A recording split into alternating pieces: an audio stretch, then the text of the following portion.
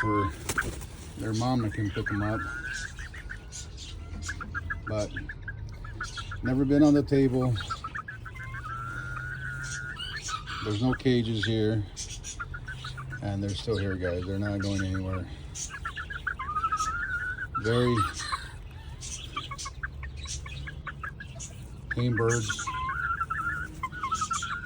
If you want to have some chickens and you can have the big ones, these are the best ones to have. They're like little pets, and they're not, as you can see, they're not real big. They're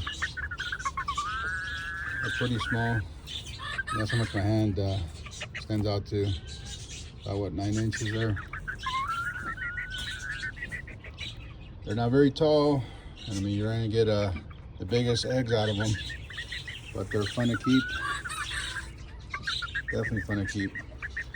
And with Serama, you get all colors. Believe it or not,